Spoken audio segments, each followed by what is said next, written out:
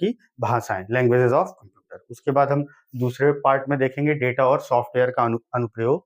Data और software का अनुप्रयोग, इसमें क्या क्या है आपका, संख्या पद्धति, नंबर सिस्टम, फिर डाटा तथा डाटाबेस मैनेजमेंट सिस्टम, उसके बाद रहेगा आपका माइक्रोसॉफ्ट विंडोज, उसके बाद रहेगा आपका माइक्रोसॉफ्ट ऑफिस, फिर आपका लास्ट टॉपिक रहेगा इसमें मल्टीमीडिया। मल्टीमीडिया, ठीक है। उसके बाद क्या रहेगा आपका तीसरा पार्ट, तीसरे पार्ट में हम क्या पढ़ने वाले हैं, तीसरा पार्ट रहेगा हमारा कंप्यूटर नेटवर्क, इंटरनेट, आईओटी तथा क्लाउड कंप्यूटिंग। उसके बाद रहेगा हमारा सोशल नेटवर्किंग प्लेटफॉर्म्स। फिर आपका आखिरी टॉपिक रहेगा इस पार्ट का साइबर अपराध एवं सुरक्षा। साइबर अपराध एवं सुरक्षा के बाद हम अगले पार्ट पे और आखिरी पार्ट पे बढ़ेंगे। उसमें क्या क्या रहेगा आपका, रोबोटिक्स, कृत्रिम बुद्धिमत्ता, आर्टिफिशियल इंटेलिजेंस, एआई, सूचना एवं संचार प्रौद्योगिकी। फिर आपका 18वां टॉपिक रहेगा क्या, ई गवर्नेंस। उसके बाद हमारा आखिरी टॉपिक रहेगा प्रमुख शब्दावलियां, इंपॉर्टेंट टर्मिनोलॉजी, ठीक है। इसमें क्या होता है कि शॉर्ट फॉर्म देके आपसे फुल फॉर्म वगैरह पूछ लिया जाता है, ये हम एकदम आखिरी में पढ़ेंगे। जितनी भी इंपॉर्टेंट चीजें हैं जो भी आपके एग्जाम में आ सकती हैं वहां से सारे क्वेश्चन रहेंगे, ठीक है। चलिए तो बिना समय खराब किए आज का लेक्चर स्टार्ट करते हैं। पहला लेक्चर है आपका किस पे, कंप्यूटर के परिचय पे, ठीक है, इंट्रोडक्शन टू कंप्यूटर्स। पहले देख लेते हैं कंप्यूटर होता क्या है।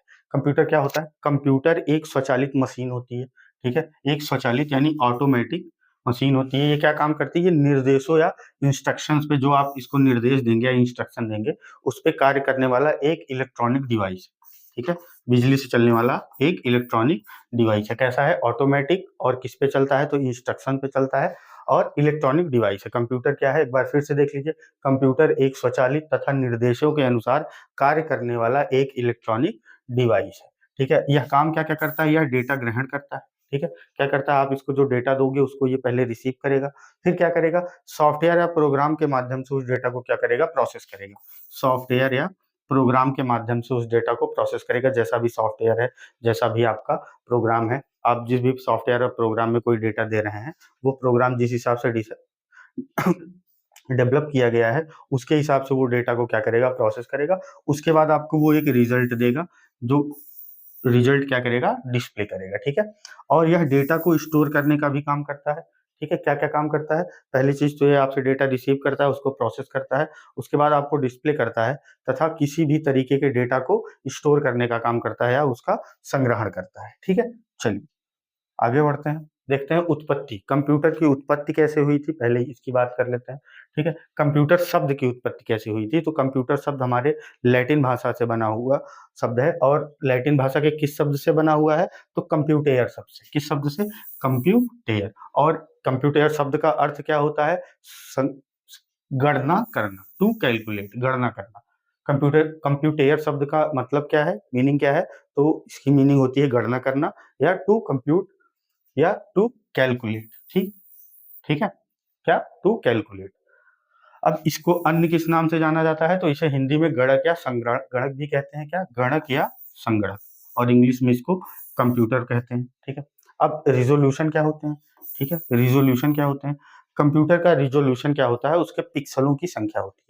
जितने ज्यादा पिक्सल होंगे उतना अच्छा रिजोल्यूशन होगा। जैसे आप वीडियोस देखते हैं 360 पिक्सल में, 720 पिक्सल, 180 पिक्सल ना, 1080 पिक्सल या 2160 या 4K, जितना अच्छा वीडियो होगा उसमें उतना ज्यादा रिजोल्यूशन होगा। रिजोल्यूशन हाई होने का मतलब है पिक्सलों की संख्या ज्यादा होना, ठीक है, पिक्सलों की संख्या ज्यादा होना, जितनी ज्यादा पिक्सल उतना अच्छा रेजोल्यूशन। और रेजोल्यूशन नापा कैसे जाता है, तो पिक्सलों की संख्या से नापा जाता है। कैसे नापा जाता है, तो पिक्सलों की संख्या से नापा जाता है। उसके बाद एक बहुत इंपॉर्टेंट चीज है, इसको मोस्ट इंपॉर्टेंट लिख लीजिए, कंप्यूटर का फुल फॉर्म क्या होता है। कंप्यूटर का फुल फॉर्म क्या होता है, तो डायरेक्ट पूछा जा सकता है कंप्यूटर का फुल फॉर्म, या फिर आपको कंप्यूटर लिख दिया जाएगा और उसमें किसी एक लेटर को उठा लेगा और आपसे पूछ लेगा इस लेटर का मतलब क्या है, यानी कंप्यूटर शब्द में इस लेटर का मतलब क्या है। तो इस तरीके के भी क्वेश्चन पूछे जा सकते हैं। तो पहले हम देख लेते हैं, सी से हमारा क्या होता है, सी से होता है हमारा कॉमनली, ठीक है, सी से हमारा होता है कॉमनली। फिर ओ से क्या होता है, ओ से होता है हमारा ऑपरेटेड, ओ सी ओ हो गया आपका। फिर एम से क्या होता है, एम से होता है मशीन, एम से क्या होता है मशीन। पी से होता है हमारा पर्टिकुलरली, पर्टिकुलरली। उसके बाद यू से क्या होता है, यू से होता है आपका यूज्ड, COMPU। टी से होता है टेक्नोलॉजिकल, टी से क्या होता है टेक्नोलॉजिकल। उसके बाद ई से क्या होता है, ई से होता है एजुकेशन, टेक्नोलॉजिकल, टी से, और ई से एजुकेशन। और आर से क्या होता है, आर से, आर सब लेटर का क्या फुल फॉर्म है, तो इसका मतलब है रिसर्च, ठीक है। तो कंप्यूटर का फुल फॉर्म क्या हो गया? कंप्यूटर का फुल फॉर्म हो गया commonly operated machine particularly used for, commonly operated machine particularly used for किसके लिए? तो technological education, technological education and research के लिए। तो कंप्यूटर का फुल फॉर्म हो गया commonly operated machine particularly use for technological education and research. ठीक है, तो आई होप ये चीज आपको समझ में आ गई होगी। चलिए आगे बढ़ते हैं, आगे देखते हैं। आगे क्या है आपका? आगे है कि कंप्यूटर की कार्य पद्धति, कंप्यूटर कार्य कैसे करता है। ठीक है, फंक्शनिंग ऑफ अ कंप्यूटर। ठीक है, ये देखेंगे। सबसे पहले क्या काम होता है? तो पहले किसी भी कंप्यूटर में आप डेटा को इनपुट करोगे। ठीक है, उसको डाटा प्रोवाइड कराओगे। डेटा इनपुट क्या होता है? डेटा या सूचना को कंप्यूटर में भेजना क्या कहलाता है? डेटा इनपुट कहलाता है। उसके बाद यह सेंट्रल प्रोसेसर यूनिट को भेजता है। कंप्यूटर क्या काम करता है? जो भी डाटा आपने इसको प्रोवाइड कर किया है वो कहाँ भेजेगा? तो सीपीयू में भेजेगा। कहाँ भेजेगा? सीपीयू में। और सीपीयू क्या काम करेगा? डेटा प्रोसेसिंग करेगा। डेटा को प्रोसेस करने का काम करता है। सीपीयू द्वारा निर्देशों को एग्जीक्यूट करना प्रोसेसिंग कहलाता है। ठीक है, जिस भी प्रोग्राम, अब प्रोग्राम के माध्यम से डेटा को प्रोसेस करते हो, प्रोग्राम में आपने डाटा डाल दिया है, अब सीपीयू किस हिसाब से काम करेगा? तो वो जो भी निर्देश उसको दिए गए हैं उसको क्या करेगा? एग्जीक्यूट कराएगा। और इसको क्या कहते हैं? तो इसको डाटा प्रोसेसिंग कहते हैं। और यह काम किसके द्वारा होता है? यह माइक्रो प्रोसेसर में संपन्न होता है। यह कार्य माइक्रो प्रोसेसर के द्वारा संपन्न होता है। उसके बाद क्या होता है? पहले तो आपने डेटा इनपुट कराया, फिर डेटा प्रोसेस हो गया, अब क्या होगा? डेटा का आउटपुट होगा, यानी डेटा बाहर आएगा रिजल्ट के साथ। ठीक है, प्रोसेसिंग के बाद उपयोगकर्ता यूजर को क्या परिणाम उपलब्ध होता है? परिणाम उपलब्ध होता है। परिणाम उपलब्ध होता है, इसी को क्या कहा जाता है? आउटपुट कहा जाता है। और आउटपुट डिवाइसेस में क्या क्या है? जैसे प्रिंटर हो गया, मॉनिटर हो गया, ये सब आउटपुट डिवाइसेस हैं। इनके माध्यम से क्या मिलता है हमको? डेटा का आउटपुट मिलता है। ठीक है, आई होप ये चीज आप समझ गए होंगे। आगे देखते हैं कंप्यूटर का क्या क्या काम हो गया। पहले डेटा इनपुट हो गया, डेटा प्रोसेस हो गया और डेटा का आउटपुट हो गया। उसके बाद इसका एक और काम है, वो क्या है कि ये डेटा स्टोरेज, डेटा को स्टोर करता है। ठीक है, किसी भी प्रकार का डेटा हो, जैसे आपकी मूवीज हो गई, सॉन्ग्स हो गए, या किसी कोई पीडीएफ फाइल हो गई, किसी बुक की पीडीएफ फाइल हो गई ना, कोई वीडियो हो गया, कुछ भी हो सकता है डॉक्यूमेंट्स में, या कोई एप्लीकेशन हो गया, सॉफ्टवेयर हो गया, इन सबको क्या करता है? ये स्टोर करने का काम करता है। और अगर आपने इसमें स्टोर कर दिया है तो ये अस्थायी रूप से तथा अस्थायी रूप से स्टोर होता है। आपने डिलीट नहीं किया ना, तो ये अस्थायी हो गया। अगर आपको डिलीट करना है, कुछ दिन बाद आप उस डेटा को डिलीट भी कर सकते हो। इसको किसका क्या मतलब हो गया? ये अस्थायी डेटा हो गया। ठीक है, आई होप ये चीज आप समझ गए होंगे। चलिए आगे बढ़ते हैं, आगे देखते हैं। आगे क्या है आपकी? कंप्यूटर की विशेषताओं की बात करेंगे और इनकी सीमाओं की बात करेंगे। ठीक है, कैरेक्टरिस्टिक्स ऑफ अ कंप्यूटर और लिमिटेशन ऑफ अ कंप्यूटर, ये सब सारी चीजें डिस्कस करेंगे। पहले तो हम सब बात करेंगे विशेषता की। कंप्यूटर की विशेषता क्या क्या होती है? इसकी सबसे पहली विशेषता होती है कि गति या स्पीड। ये लाखों गणनाएं सेकंड्स में कर सकता है, यानी ये बहुत तेजी से काम करता है। हमको ज्यादा वेट नहीं करना पड़ता। अगर हम कोई डेटा इनपुट दे रहे हैं, कंप्यूटर उसका आउटपुट जल्दी से जल्दी प्रोवाइड कराता है हमको। ठीक है, 1 सेकंड में लाखों गणनाएं कर सकता है। ये हो गया इसका पहला कैरेक्टरिस्टिक्स। दूसरा क्या है? स्वचालित है। ठीक है, एक बार आपने किसी कंप्यूटर को डिजाइन कर दिया, उसमें प्रोग्राम डाल दिए, तो उसको दोबारा चलाने की जरूरत नहीं है आपको। आप बस उसमें डेटा का इनपुट करोगे, वो अपने आप डेटा को प्रोसेस करके आपको डेटा का इनपुट प्रोवाइड करा देगा। ठीक है, तो इसको क्या बोलते हैं? ऑटोमेटिक होता है, ये स्वचालित होता है। ठीक है, बार बार इसके लिए मानवीय हस्तक्षेप की जरूरत नहीं पड़ती, ह्यूमन इंटरफेरेंस की जरूरत नहीं पड़ती इसमें। ठीक है, आई होप ये चीज आप समझ रह गए होंगे। फिर तीसरा और मोस्ट इंपॉर्टेंट कि ये त्रुटि रहित कार्य करता है। त्रुटि रहित कार्य करने का मतलब कि इसकी एक्यूरेसी बहुत शानदार होती है। ये बिना किसी गलती के आपको परिणाम और सटीक परिणामों की गणनाएं करके बता देता है। ठीक है, कैसी गणना करता है? तो एकदम सटीक। उसके बाद क्या है? गोपनीयता। विशेषता में इसकी एक गोपनीयता भी है। ठीक है, जैसे आपने देखा होगा अपने लैपटॉप, डेस्कटॉप या मोबाइल फोन्स में, जहाँ भी आप पासवर्ड लगा सकते हो। पासवर्ड लगा के आप किसी भी प्रकार के डेटा को और लोगों से सुरक्षित रख सकते हो, ताकि उस डेटा का एक्सेस आपके अलावा किसी के पास ना जाए। ठीक है, तो ये भी क्या है? इसकी एक विशेषता है, गोपनीयता ये आपकी बना के रखता है। फिर इसकी आखिरी और इम्पोर्टेंट विशेषता क्या है? कि ये विशाल भंडारण क्षमता रखता है इसके पास। आप इसमें कितना भी डेटा स्टोर कर सकते हो ना, असीमित डेटा को स्टोर करने की क्षमता होती है कंप्यूटर के पास। कैसे? कंप्यूटर के पास कैसी विशेषता होती है? तो असीमित डेटा को स्टोर करने की विशेषता होती है। ठीक है, तो विशेषताओं में आई होप ये सारी चीजें आपको समझ में आ गई होंगी। आइए आगे बढ़ते हैं और देखते हैं कंप्यूटर की लिमिटेशंस क्या क्या है। ठीक है, इसकी सीमाएं क्या क्या है, किन सीमाओं के अंदर रह के ही कंप्यूटर अपना कार्य कर पाता है। पहली चीज तो ये माइंडलेस होता है। ठीक है। इसके पास अपना कोई दिमाग नहीं होता, ये सोच नहीं सकता है, स्वयं से सोचने की क्षमता नहीं होती है, ठीक है। दुनिया भर में कई जगह पे रिसर्च चल रहे हैं कि कंप्यूटर को या रोबोट्स बना बना रहे हैं लोग, और उसमें ये कर रहे हैं कि उनको सोचने समझने की क्षमता डेवलप करने की कोशिश कर रहे हैं, लेकिन अभी तक कोई ठोस परिणाम निकल के सामने नहीं आया है। तो अभी तक हम यही मानते हैं कि कंप्यूटर के पास स्वयं की सोचने समझने की क्षमता नहीं होती है। ये एक ऑटोमेटिक डिवाइस है, जैसा आप इसको प्रोग्राम कर देंगे ये वैसा ही काम करेगा, ठीक है। आईक्यू लेवल 0, आईक्यू मतलब होता है इंटेलिजेंस क्वोटिएंट, आईक्यू लेवल 0 होता है इनका, ठीक है। कंप्यूटर का आईक्यू लेवल 0 होता है। दूसरी चीज लिमिटेशन इसकी क्या है कि खर्चीला, एक्सपेंसिव है, हर किसी के बस का बात नहीं है ना, हर किसी के बस की बात नहीं है कि कंप्यूटर को अफोर्ड कर सके। महंगे महंगे कंप्यूटर आते हैं तो सबके पास ये सुविधा नहीं पहुंच सकती, हार्डवेयर और सॉफ्टवेयर इसके बहुत महंगे आते हैं, तो खर्चीला है, ये दूसरी लिमिटेशन हो गई। तीसरी क्या है, वायरस का खतरा बना रहता है, ठीक है। वायरस का अटैक हो सकता है कंप्यूटर्स पे, ये खतरा हमेशा बना रहता है, चाहे जैसा भी स्ट्रॉन्ग कंप्यूटर हो, चाहे जितना भी महंगा हो, कितना भी सिक्योर हो, लेकिन वायरस का खतरा हमेशा बना रहता है। तो ये आपकी तीसरी लिमिटेशन होगी। और चौथी और बहुत इंपॉर्टेंट लिमिटेशन क्या है कि ये विद्युत पर निर्भर करता है, यानी इलेक्ट्रिसिटी पे ये डिपेंड करता है, यानी बिना लाइट के आप इसको नहीं चला सकते। कंप्यूटर को चलाने के लिए हमेशा आपको एक एनर्जी सोर्स की जरूरत होगी, जो कि इसकी एक सीमा है, अब इसकी एक त्रुटि भी मान सकते हो आप, ठीक है, लिमिटेशन भी कह सकते हो कि ये लिमिटेड एक्सेस में काम करेगा, लाइट नहीं है तो काम नहीं करेगा, ठीक है। तो आई होप लिमिटेशंस भी आप समझ गए होंगे। चलिए आगे बढ़ते हैं और आगे देखते हैं आगे हमें क्या पढ़ना है। अब हम बात करेंगे कंप्यूटर के विकास की ना, डेवलपमेंट ऑफ कंप्यूटर्स, कंप्यूटर बने कैसे, उनका विकास कैसे हुआ, ये सब सारी चीजों की बात करेंगे। सबसे पहले देखो, तो सबसे पहले दुनिया का सबसे पहला कंप्यूटर कौन था, तो अबेकस था, ठीक है। अबेकस था, ये कहाँ बना था, ये 16वीं शताब्दी में चीन में बना था, ठीक है। 16वीं शताब्दी में चीन में बना था। इसको दुनिया का प्रथम गणक यंत्र भी माना जाता है, कि दुनिया का पहला गणक यंत्र कौन था, तो अबेकस था, ठीक है।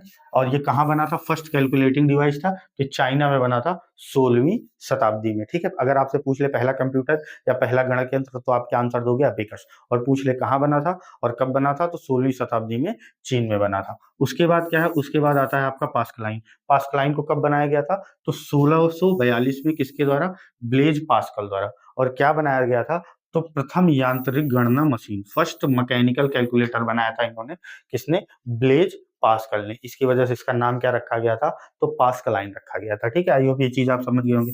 फिर आपका बनता है एनालिटिकल इंजन, और इसको किसने बनाया था, कंप्यूटर के फादर या कंप्यूटर के जनक कहे जाने वाले चार्ल्स वेबेज ने इसको कब बनाया था, एनालिटिकल इंजन को, तो 1837 में बनाया था। किसने बनाया था, चार्ल्स बेबेज ने। इन्हें ही कंप्यूटर का जनक कहा जाता है, ठीक है, ध्यान दीजिएगा। विश्व का पहला कंप्यूटर इन्होंने बनाया था, जो गुणा, भाग, जोड़ और घटाव सारी चीजें कर सकता था। क्या क्या कर सकता था, गुणा, भाग, जोड़ और घटाव, ठीक है। अब उसके बाद क्या बनता है, उसके बाद आपका बनता है ENIAC, और ये कब बनता है, 1946 में। ये विश्व का पहला पूरी तरीके से इलेक्ट्रॉनिक कंप्यूटर था, विश्व का पहला पूरी तरीके से इलेक्ट्रॉनिक डिजिटल कंप्यूटर था, ठीक है। कौन सा था, ENIAC 1946, first fully electronic digital computer, ठीक है। First fully electronic digital computer, short में क्या कहते हैं, ENIAC कहते हैं ना इसको, और 1946 में बनाया गया था इसको, ध्यान रखिएगा। फिर उसके बाद क्या है, उसके बाद आए आपके माइक्रो प्रोसेसर, और माइक्रो प्रोसेसर बना कब, इंटेल 1970 और 4004, ठीक है। इंटेल 4004 ये कब बना था, ये 1970 में बना था। इसके बनने के बाद ही यह चीज पॉसिबल हो पाई कि पोर्टेबल कंप्यूटर्स बनाए जा सके, जिनको एक दूसरे से एक जगह से दूसरी जगह पर ले जाया जा सकता था आसानी से, छोटे कंप्यूटर, ठीक है। तो ये क्या बने थे, ये माइक्रो प्रोसेसर थे आपके, ठीक है। माइक्रो प्रोसेसर के बनने के बाद कंप्यूटर्स को छोटा करने में सहूलियत हासिल हुई, और आप पोर्टेबल कंप्यूटर जैसे लैपटॉप हो गया, डेस्कटॉप हो गया, एक जगह से दूसरी जगह आप ले जा सकते हो, ऐसे कंप्यूटर बनाए जा सके, ठीक है। आई होप तो ये चीज भी आपको बहुत बढ़िया से समझ में आ गई होगी, ठीक है, मजा आ रही होगी, इंजॉय कर रहे हो आप लोग, चलो बढ़िया है, इंजॉय करते रहिए, धीरे धीरे हम सारी चीजें पढ़ लेंगे ऐसे इंजॉय करते हुए ना, समय खराब किए बिना हर एक चीज को ध्यान से सुनिए, और कोशिश करिए कि नोट्स में उसको आप नोट डाउन करो। अपना नोट्स बनाना बहुत इंपॉर्टेंट होता है। आप जो चीजें एक बार लिख लेते हो, वो आपके अनकॉन्शियस माइंड में चली जाती हैं, तो भूले भटके भी याद आ सकती है। जैसे मान लीजिए आप रिवीजन नहीं किए हो, लेकिन एक बार लिखे हो उसको, तो मे बी वो चीज आपको हिट कर जाए एग्जाम टाइम में, और आप उसका आंसर सही सही दे पाओ। इसलिए लिखने पे ज्यादा जोर दिया करो आप लोग, ठीक। चलिए आगे बढ़ते हैं। अन्य महत्वपूर्ण तथ्य देखते हैं और एग्जाम की दृष्टि से ये बहुत इंपॉर्टेंट है, ठीक है। एग्जाम को देखते हुए बहुत इंपॉर्टेंट चीजें यहाँ लिखी गई हैं, इसको एक एक चीज आपको ध्यान रखनी है, ठीक है।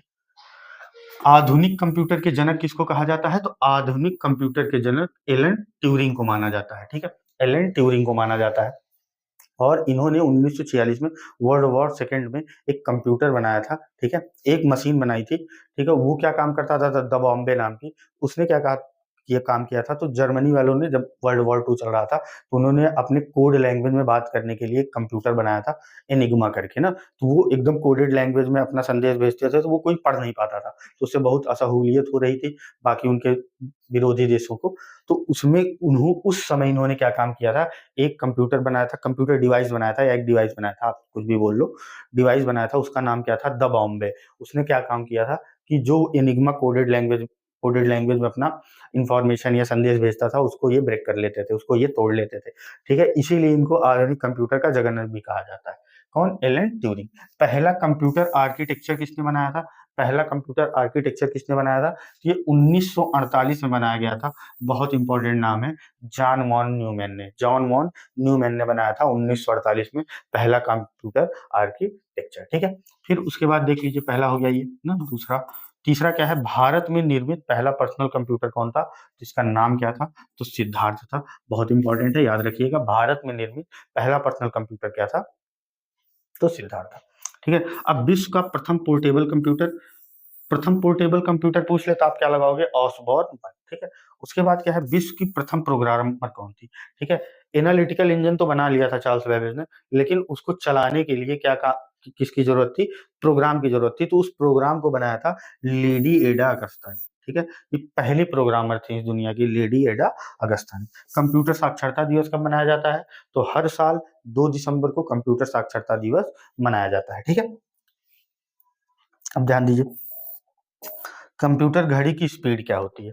कंप्यूटर घड़ी की स्पीड को किसमें मापते हैं? तो मेगाहर्ट्ज में मापते हैं, ठीक है। हमेशा डायरेक्ट पूछा जाता है कंप्यूटर घड़ी की स्पीड को कैसे नापते हैं, गति को कैसे नापते हैं? तो मेगाहर्ट्ज में नापते हैं। आई होप ये चीज आपको एकदम अच्छे से समझ में आ गई होगी। चलिए आगे बढ़ते हैं और आगे देखते हैं आगे क्या चीजें हैं आपकी।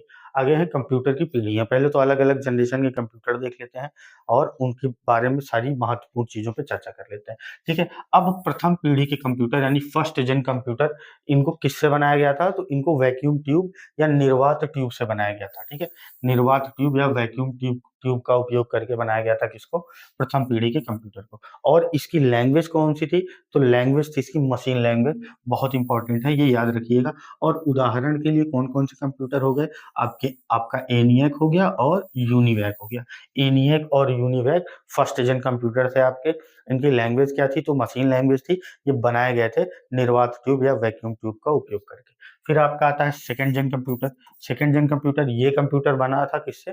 तो ये ट्रांजिस्टर से बना था। पहला बना था वैक्यूम ट्यूब से, सेकंड जेन बना था ट्रांजिस्टर का उपयोग करके। किसका उपयोग करके? तो ट्रांजिस्टर का उपयोग करके। और अगर इनकी भाषा के बारे में पूछा जाए तो इनकी भाषा क्या थी? तो असेंबली लैंग्वेज थी। पहले जेन का क्या था? पहले जेन का था मशीन लैंग्वेज। दूसरे जेन का क्या था?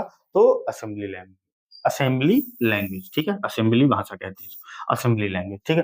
फिर आते हैं आपके थर्ड जेन कंप्यूटर, तृतीय पीढ़ी वाले थर्ड जनरेशन के कंप्यूटर। ये बने थे बेटा इंटीग्रेटेड सर्किट पे। ये बने थे किस पे? इंटीग्रेटेड सर्किट, या इसी को क्या बोलते हो आप? आईसी चिप बोलते हो। जैसे आम बोलचाल की भाषा में आपने सुना होगा, कोई मोबाइल खराब हो जाता है या कोई टीवी खराब हो जाती है तो लोग बोल देते हैं आईसी उड़ गई है इसकी ना। तो उसी यही है, इंटीग्रेटेड सर्किट से बना था आपका थर्ड जेन कंप्यूटर, ठीक है, आईसी चिप का। और बहुत इंपॉर्टेंट है कि इंटीग्रेटेड सर्किट का आविष्कार किसने किया था? तो बहुत इंपॉर्टेंट नाम है जैक किल्वी, ठीक है। जैक किल्वी, मैं फिर से लिख दे रहा हूँ, इंपॉर्टेंट नाम है क्या? Jack Kilby, Jack Kilby. इन्होंने क्या किया था? तो आईसी चिप का आविष्कार किया था। ये बहुत इंपॉर्टेंट है, याद रखिएगा। फिर आता है आपका फोर्थ जनरेशन कंप्यूटर, ठीक है, चतुर्थ पीढ़ी के कंप्यूटर। इनका उपयोग किसके द्वारा बनाया गया? तो इनको माइक्रो प्रोसेसर के द्वारा और वीएलएसआई एक तकनीक थी, इससे बनाया गया। किससे बनाया गया? माइक्रो प्रोसेसर से और वीएलएसआई तकनीक से। ये क्या हो गया? चौथा। तीसरा बना था इंटीग्रेटेड से, दूसरा बना था ट्रांजिस्टर से, पहला बना था तो वैक्यूम ट्यूब से। ये सब याद रखिएगा। अब पांचवी पीढ़ी कैसे बने? तो यूएलएसआई तकनीक और इंटरनेट मल्टीमीडिया तथा आर्टिफिशियल इंटेलिजेंस का प्रयोग करके बनाए गए हैं, ठीक है। फिफ्थ जनरेशन कंप्यूटर कौन है? जिसमें यूएलएसआई तकनीक हो, इंटरनेट हो, मल्टीमीडिया हो और आर्टिफिशियल इंटेलिजेंस भी हो। ये कंप्यूटर कौन से हो गए? आपके फिफ्थ जनरेशन कंप्यूटर हो गए, ठीक है। पांचवी पीढ़ी के कंप्यूटर हो गए।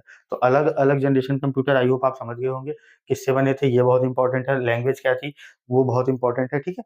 किससे बने हैं, ये तो बहुत इंपॉर्टेंट है। क्या प्रयोग करके बनाया गया इन कंप्यूटर्स को, ये बहुत इंपॉर्टेंट है। तो एक बार फिर से, प्रथम पीढ़ी निर्वात ट्यूब, द्वितीय पीढ़ी ट्रांजिस्टर, तृतीय पीढ़ी इंटीग्रेटेड सर्किट, चौथी पीढ़ी माइक्रो प्रोसेसर और पांचवी पीढ़ी क्या?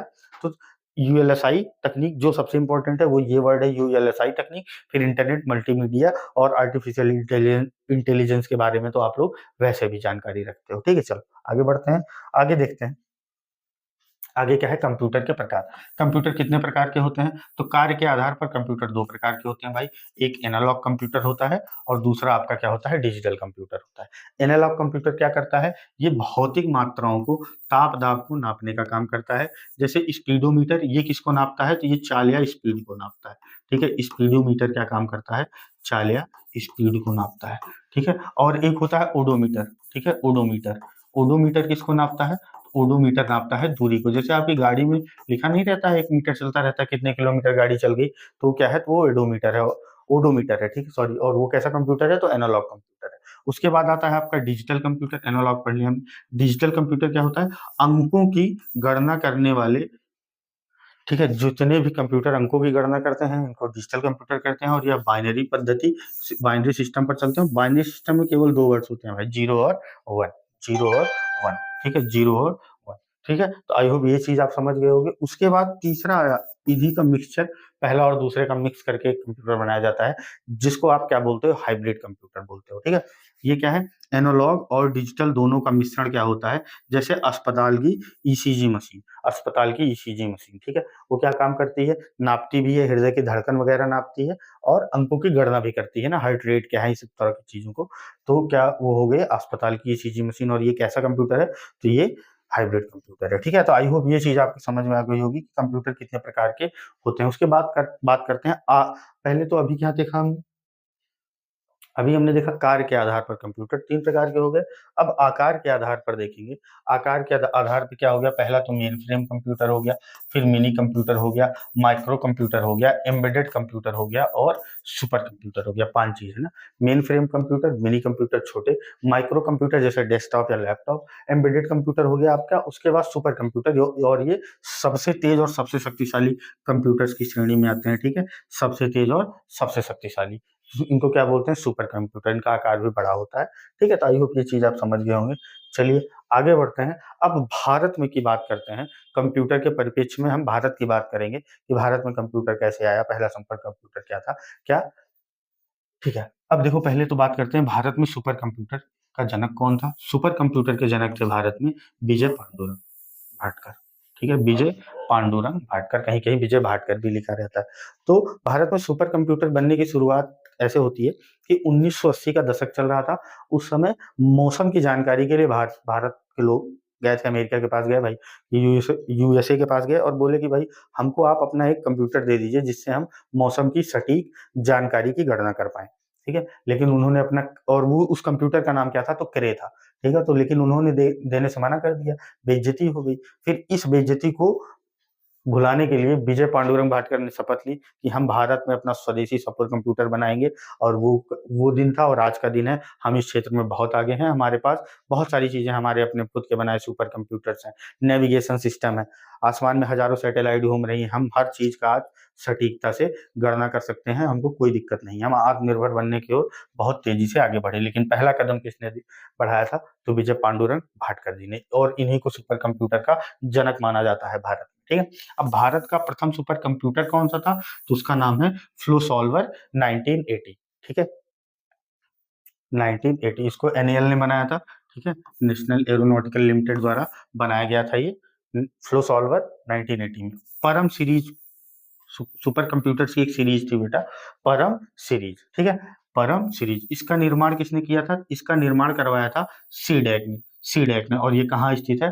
तो पुणे में स्थित है। और परम 8000 सीडैक का पहला सुपर कंप्यूटर था। परम 8000 सीडैक का पहला सुपर कंप्यूटर था, ठीक है। उसके बाद आता है आपका अनुपम, इसको बनाया था बार्क मुंबई ने, ठीक है, बार्क मुंबई ने, होमी जहांगीर भाभा के नाम से बना है ना।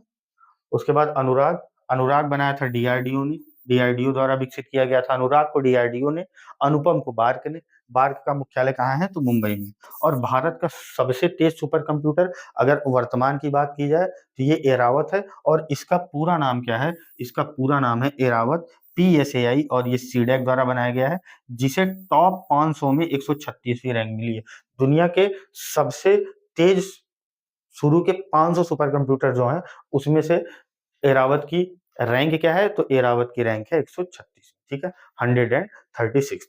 उसके बाद भारत का प्रथम स्वदेशी तकनीक से निर्मित कृत्रिम बुद्धिमत्ता AI वाला, कृत्रिम बुद्धिमत्ता या AI युक्त सुपर कंप्यूटर कौन सा है, तो इसका नाम है भाई परम सिद्धि, ये याद रखिएगा।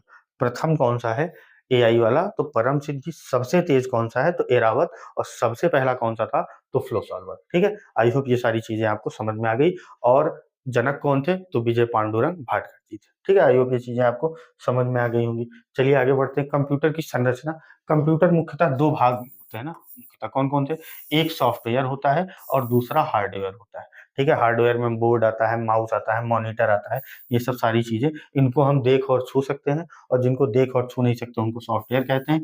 ये निर्देश या प्रोग्रामों का समूह होते हैं, जैसे एप्लीकेशन सॉफ्टवेयर, अलग अलग एप्लीकेशन के जैसे सॉफ्टवेयर है। एप्लीकेशन आपका व्हाट्सएप हो गया, ठीक है, गूगल हो गया, ठीक है, ये सब सारी चीजें क्या है, एप्लीकेशन में।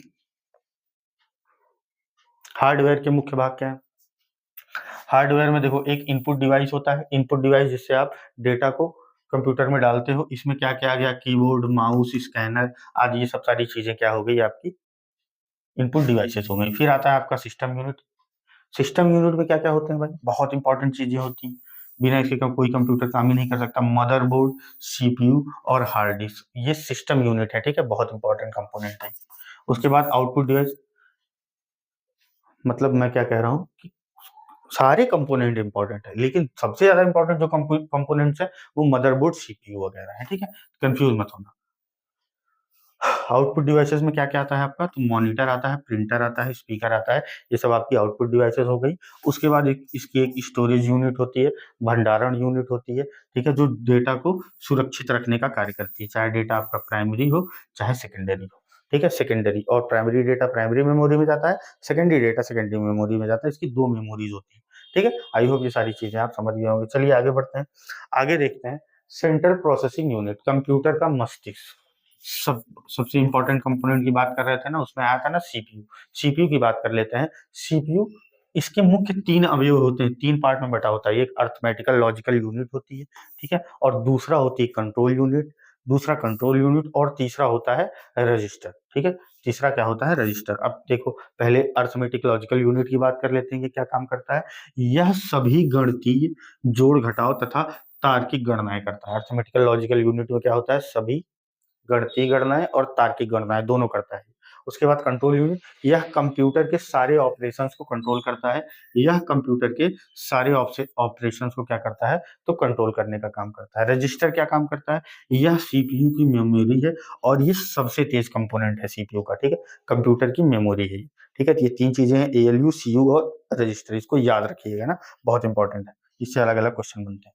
आगे देखते हैं कंप्यूटर के अनुप्रयोग, कंप्यूटर का प्रयोग हम कहाँ कहाँ कर रहे हैं आज, वो सारी चीजें आप वैसे भी जानते हो, लेकिन फिर भी एक बार देख लेते हैं। शिक्षा के जगत में जैसे ऑनलाइन कक्षाएं, ई-लर्निंग, कंप्यूटर बेस्ड टेस्ट ना, ये सब सारी चीजें कराते हैं। फिर स्वास्थ्य के क्षेत्र में रोगी का रिकॉर्ड, BCG मशीन हमने देखी थी ना, रोबोटिक सर्जरी, अनुसंधान, रिसर्च वगैरह सारी चीजें कर रहे हैं हम कंप्यूटर से, स्वास्थ्य के जगत के में ना। फिर क्या है, व्यापार एवं वाणिज्य, व्यापार और वाणिज्य में क्या है, commerce, online shopping, digital marketing, ये सब सारी चीजें करते हैं ना, ई-कॉमर्स, ठीक है, ई-कॉमर्स। उसके बाद क्या हो गया आपका, विज्ञान का अनुसंधान हो गया, इसमें उपयोग होता है। जलवायु परिवर्तन, अंतरिक्ष शोध, इन सब चीजों में। फिर बैंकिंग और बैंकिंग, जैसे बैंकिंग का काम करते हैं हम लोग कंप्यूटर से ना, ATM हो गया आपका, डिजिटल पेमेंट वगैरह हो गया, ये सब सारी चीजें हैं एक प्रोग्राम या कंप्यूटर के माध्यम से करते हैं, तो ये आपका यहाँ भी उपयोगी हो गया। फिर मनोरंजन, मनोरंजन में जैसे वीडियो गेम देखते हो, ये भी एक प्रोग्राम है कंप्यूटर का। मूवी एडिटिंग करते हो तो कंप्यूटर के प्रोग्राम में ही करते हो ना। एनिमेशन, एनिमेशन मूवीज आती है, बहुत सारी चीजों का एनिमेशन आता है, ये सब किसकी मदद से होता है, तो सब कंप्यूटर की मदद से होता है ना। अब सरकारी कार्य देख लीजिए, सरकारी कार्य जैसे ई गवर्नेंस और डिजिटल इंडिया, ये सब सारे काम कैसे हो रहे हैं आपका, तो कंप्यूटर से हो रहा है, ठीक है। तो ये मेन चीजें हैं कि कंप्यूटर का अनुप्रयोग हम कहाँ कर रहे थे। आई होप ये चीज आपको एकदम अच्छे से समझ में आ गई होगी। ये सारे टॉपिक्स हमने अच्छे से डिस्कस कर लिए हैं, ठीक है।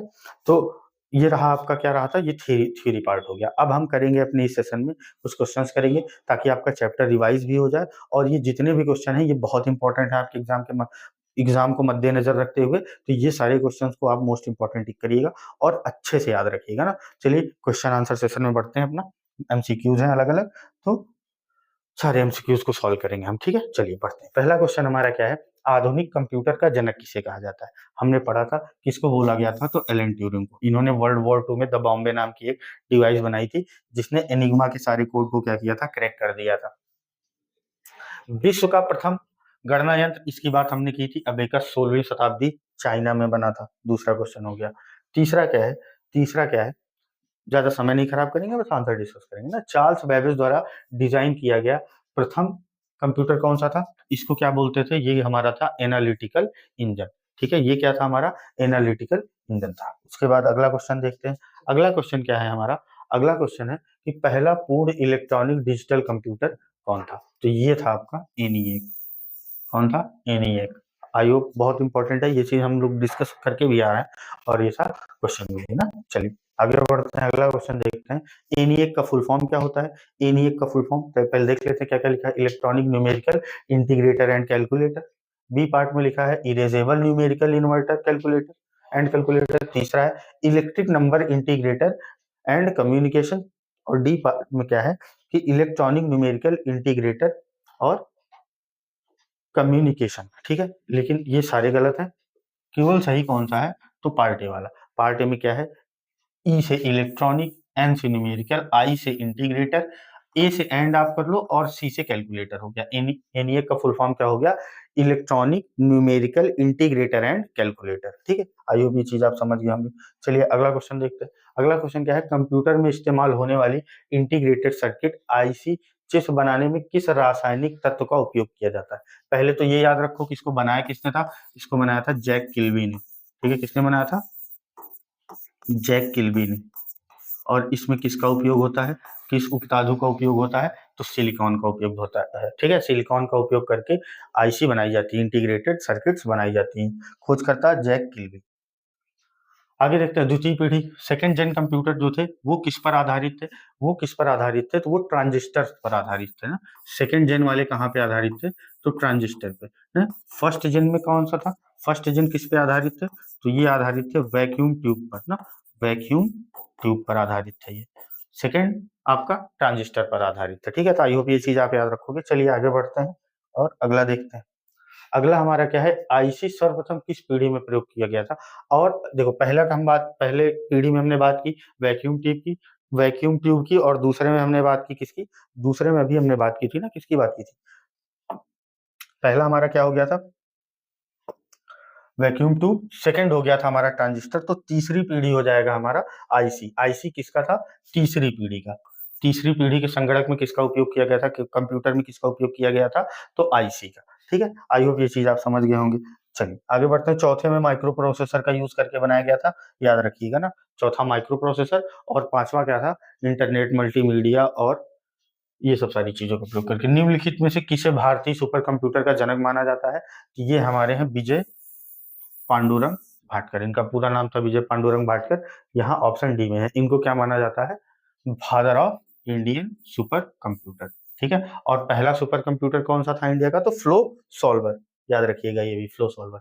सर्वप्रथम कंप्यूटर माउस की खोज किसने की थी, तो डगलस एंजलबर्ट ने किसकी खोज की थी, तो कंप्यूटर माउस की खोज की थी। और जो पहला माउस बना था आपका, वो लकड़ी का बना हुआ था और उसमें पहिए लगे हुए थे, ठीक है। लकड़ी का बना हुआ था और उसमें पहले पहिए लगे हुए थे, किसने, तो डगलस एंजलबर्ट ने। उसके बाद अगला क्वेश्चन है आपका, किसी भी कंप्यूटर सिस्टम का मस्तिष्क किसको कहा जाता है, तो मस्तिष्क किसको कहा जाता है, सेंट्रल प्रोसेसर यूनिट को कहा जाता है। और इसके 3 पार्ट होते हैं, याद रखिएगा, बहुत इंपॉर्टेंट है। अर्थमेटिकल लॉजिकल यूनिट, ठीक है, arithmetical logical unit, control unit और रजिस्टर। कौन, रजिस्टर, ये याद रखिएगा, ठीक है। किसे कहा जाता है ब्रेन, तो सीपीयू को। आई होप ये चीज आपको एकदम अच्छे से क्लियर हो गई होगी। अगला क्वेश्चन देखते हैं। अगला क्वेश्चन क्या है हमारा? अगला क्वेश्चन है सीपीयू का फुल फॉर्म क्या है? बहुत आसान है, सेंट्रल प्रोसेसिंग यूनिट सीपीयू का फुल फॉर्म होता है। चलिए आगे बढ़ते हैं। कंप्यूटर में सेंट्रल प्रोसेसिंग यूनिट के अंतर्गत क्या क्या आते हैं? Input device, output device. नहीं, गलत हो गया भाई। सीपीयू में 3 चीज आती हैं, वो हम देखेंगे अभी, याद भी किए। सॉफ्टवेयर, हार्डवेयर, ये भी नहीं आता। मेमोरी, विजुअल डिस्प्ले, एकदम नहीं। स्टोर आता है, अर्थमेटिक और लॉजिकल यूनिट आता है, तथा कंट्रोल यूनिट आता है। इसी स्टोर को रजिस्टर कहते हैं ना, मेमोरी। और ये सबसे शार्प होती है, ये भी मैंने बताया था। सबसे तेज पार्ट कौन सा? निम्नलिखित में से कौन सीपीयू के एक भाग है? मदरबोर्ड नहीं, एएलयू है। एस रैम और डी रैम दोनों नहीं है ना, केवल एएलयू है। ये हम पढ़ते हुए आ रहे हैं, सीपीयू के 3 पार्ट और तीनों बहुत इंपॉर्टेंट है, ठीक है, जिसको हमेशा ध्यान में रखिएगा। निम्नलिखित में से कौन सी संग्रहण इकाई सीपीयू का अभिन्न अंग है? तो रजिस्टर। ये सब सारी चीजें तो हम देख चुके हैं, रजिस्टर। ठीक, आई होप ये भी आपको समझ में आ गया होगा। एक माइक्रो प्रोसेसर घड़ी की स्पीड या आवृत्ति कैसे नापी जाती है? तो मैंने बता रखा है, मेगाहर्ट्ज में नापी जाती है। ठीक है, ये तो हम पढ़ के भी आए हुए थे, तो याद रखिएगा। माइक्रो प्रोसेसर घड़ी की आवृत्ति कैसे नापी जाती है? तो मेगाहर्ट्ज में।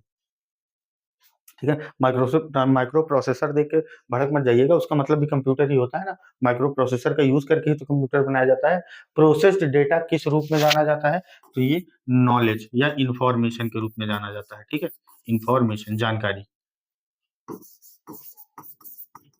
प्रोसेस्ड डेटा कैसे जाना जाता है? तो इंफॉर्मेशन या जानकारी के रूप में जाना जाता है।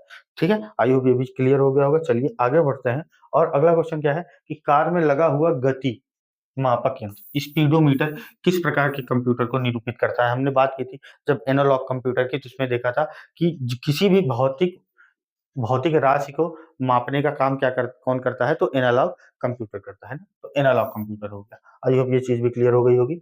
आगे देखते हैं। आगे हमारा है कंप्यूटर के बारे में निम्नलिखित में से कौन सा कथन सत्य? पढ़ते हैं कि कथन और देखते हैं सत्य सत्य।